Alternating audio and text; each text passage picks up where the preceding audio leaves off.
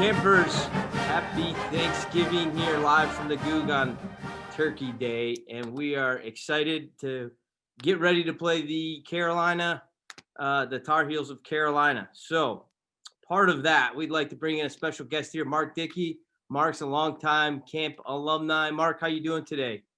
Doing great, David. Thanks for having me on your show today, and excited about tomorrow. What do you guys got planned for your old Turkey Day today?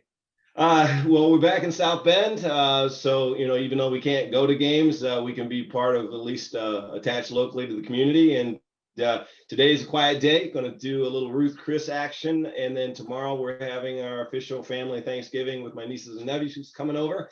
And after we're done with the watching the Irish beat up on the Tar Heels, we're going to enjoy a nice feast.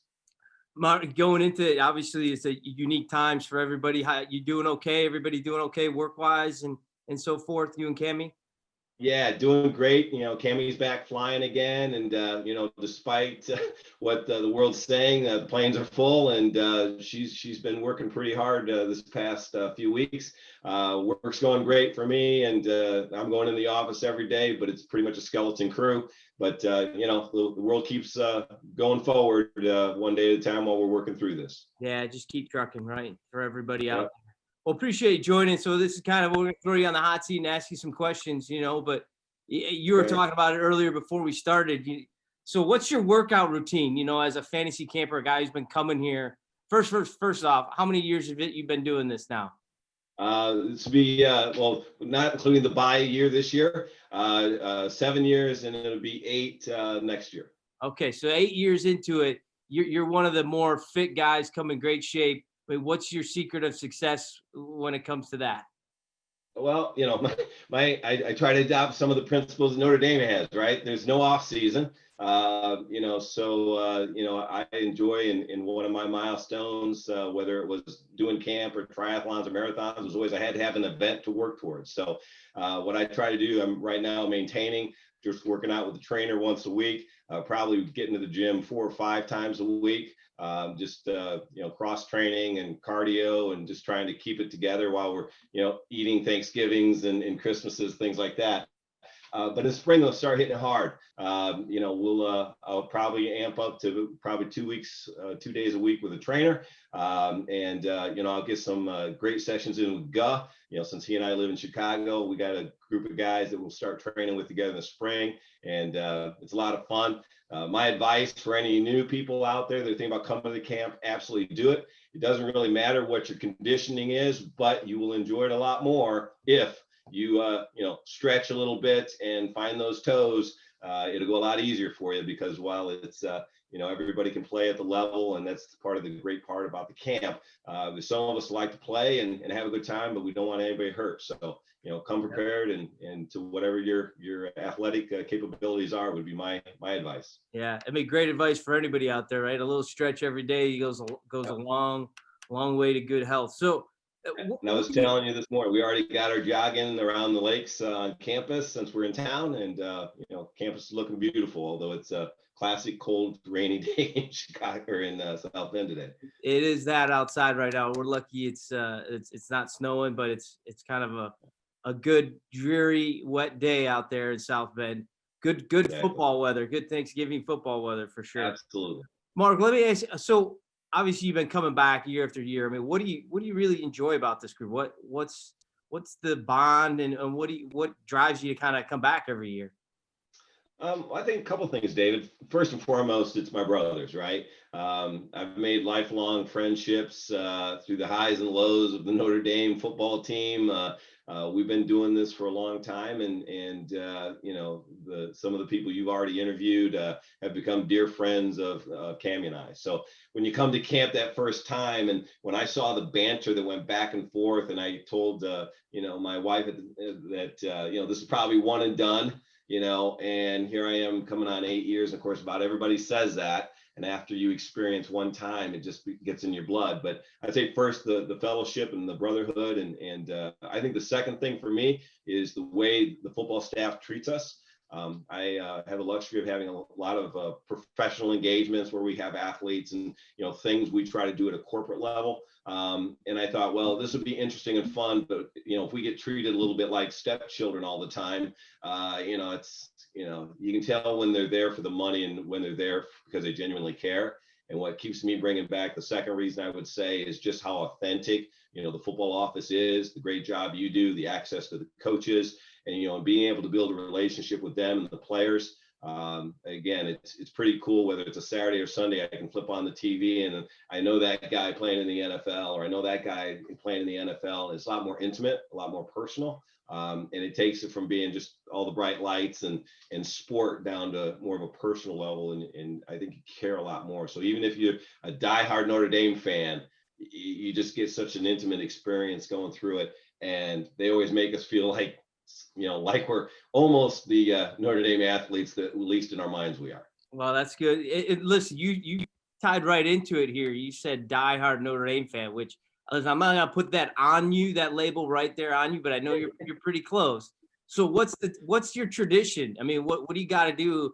Tomorrow we kick off 3:30 versus the Tar Heels. I mean, what do you got going here beforehand? I mean, yeah, it's a great question. Socks or what? Yeah, so like for me, it starts with the tailgate, right? It's all about the prep and the pregame. Coach Kelly talks about all the time. We got to start fast. So when it comes to tailgating, we try to start fast. We try to get our heads right for the game. Obviously, this year we can't have the tailgate, so we've been virtually tailgating. And so there's a certain amount of work that goes into that. Make sure you're properly hydrated and fueled for the kickoff. So, we go through that routine. Then for me, I am a diehard fan. So I try to refrain from going to bars to watch the game. I get a little too passionate one way or the other. So I find if I'm hydrating properly, I should probably stay at home and quarantine myself because I will get very vocal during the game.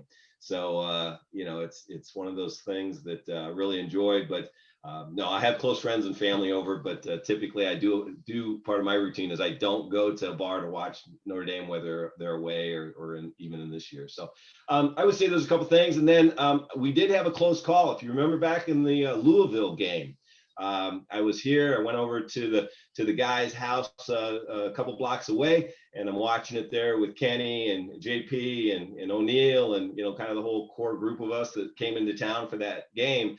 And I made a massive mistake. I wore the wrong shoes. Normally I have the full-on Under Armour brand going, to support the team. And somehow I managed to put on a pair of Nike shoes. Well, as you recall, with that Louisville game, we didn't start so good, and we were struggling by halftime. And it was JP that I give the game ball to for us, because he's the one that looked at me and said, "Dickey, what are you doing? You go home and change those shoes." And I hopped in the golf cart, came back, changed out to my Under Armour tennis shoes, came back. Of course, we picked up our pace and we won that game. So, just that's a bit of my ritual, what I try to do. Well, I'm going to make sure I set a reminder to myself and text you tomorrow to make sure you're full gear under. Right. I'll tell Bass down in the equipment room. If maybe we got to set it out for you and you got to pick it up over here at the Goog or something. Maybe that's what we got to do. Make sure it's. And I'll swing by. I think I've got my Under Armour shoes lined up. I've got the green, I got the white and the blue. So again, whether it's a home game, away game, or a green out, you got to be appropriately attired so you're supporting the team. And so that's my little rituals. I got to make sure I have the right shoes. And I had a close call this year that taught me a valuable lesson. There you go. I mean, to steal or playoff, it's got to be about the shoes, right? It's got to be about the shoes. So rolling into this, as we go down to the home of Michael Jordan there, the Tar Heels in Carolina, give us your prediction there for tomorrow there, Mark. And here's a couple facts for you, right? And this is, I think, pretty stunning when you think about it. We're led by one of the greatest head coaches in all of college football, which is Brian Kelly. Coach Kelly's got 271 wins, and he's leading that. And then the next person is Mac Brown, which probably, you said this a couple of years ago, who would have thought Mac Brown would be back at Carolina leading them, but has really got him going. He's got 257 wins, so he's right behind Coach Kelly. And then right now, the Fighting Irish, we got a 14-game winning streak, which is the longest in all of college football. So those are a couple little facts to give you. But what's your call for tomorrow's kickoff at 3:30? Yeah, well, when I break down the game plan for myself, I think that's an excellent point on the coaching, right? I think it's going to be a well-coached game. I think both teams will come out and play hard. I don't expect a lot of penalties. I think they'll play clean and they'll play disciplined, which starts with the leadership and the coaching. And I think that's going to be pretty close as the records indicate. I think that it's going to be a high-scoring game, right? We got two offenses that can get the ball up and down the field. I think North Carolina has proven that with the quarterback and some of the receivers they have. But I think Ian Book and the way he's working with the Javon and some of the receivers that have been coming up of late, I think it's I think we'll be able to go toe to toe with them on putting points on the board.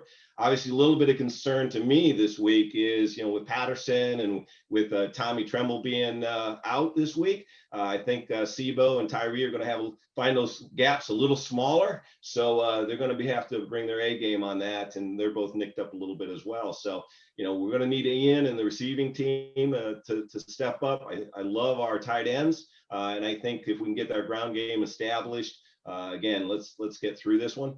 But I think the real storyline here, David, is the defense, right? Where I think Notre Dame is going to bring it. My boy Sean Crawford's been bringing it every game.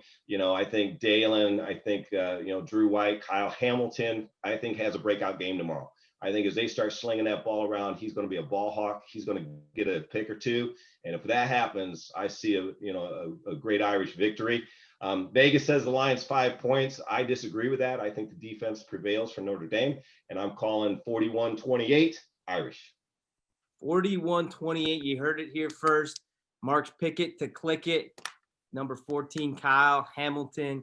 So, Mark, thank you for joining us. Appreciate spending some time and catching up. Really, you do a lot of great things for obviously this fantasy camp, but even all your support for the program. We really appreciate it. So, best to you and your family on this Thanksgiving. Hope you enjoy it. And, to all you campers out there, I think Mark said it best. A little stretch, probably even a little stretch helps to get ready for that Thanksgiving, that turkey, whatever you got going, and even in tomorrow. So thanks, everybody. Have a great holiday. Stay safe.